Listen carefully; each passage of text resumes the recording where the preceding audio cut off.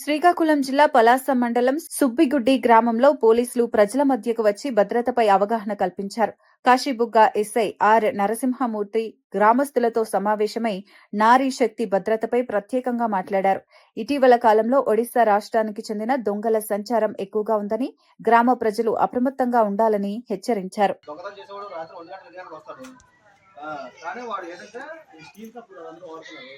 అది బయట ఇంట్లో కూడా అంటే మా ఇంట్లో ఎవరు లేదు, అదే వాడు దొంగతనం చేస్తారన్నమాట. బయటకి వెళ్ళినప్పుడు కూడా మనం వేయకూడదు, లాక్ వేయకండి. బయట చూడు చిన్న గేట్ ఉంది, ఈ చిన్న గేట్ లాక్ వేయకూడదు.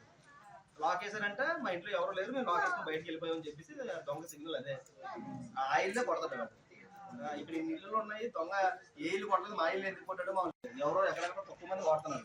కానీ ప్రతి ఒక్కరు డోర్ కట్ అనేది వాడండి, ఏదో డోర్ కట్ వాడండి. ఎందుకంటే దొంగతనం చేసేవాడు రాత్రి 1 గంటల 2 గంటలకు వస్తాడు. కానీ వాడు ఏంటంటే స్టీల్ కప్పులు అందరూ వాడుతున్నారు. అది బయట ఇంట్లో కూడా